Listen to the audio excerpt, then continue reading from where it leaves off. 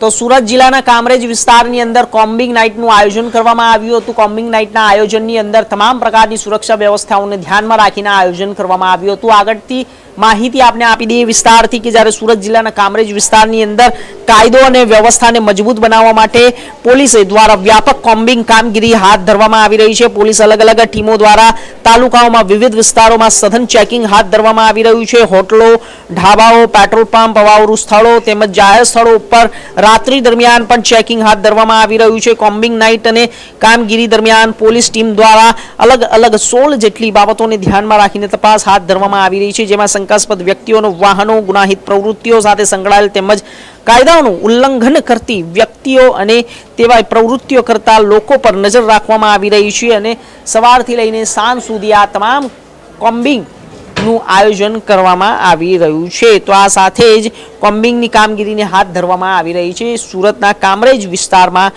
કાયદો વ્યવસ્થાને વધુ મજબૂત કરવા માટે આ પ્રકારનું નિયંત્રણ ખાસ હાથ ધરવામાં આવ્યું છે।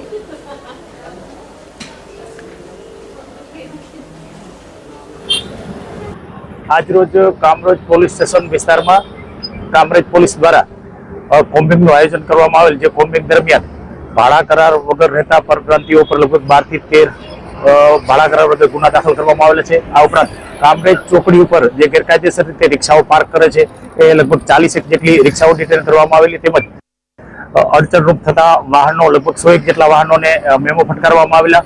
ઉપરાંત લારી ગલ્લા અને પાથરણાવાળા છે એ 283 ના કેસ કરી અને એમની સામે પણ કાયદેસર કાર્યવાહી કરવામાં આવેલી છે અને આગામી સમયમાં પણ કામરેજ પોલીસ દ્વારા આ પ્રકારની ઝુંબેશ શરૂ રહેશે।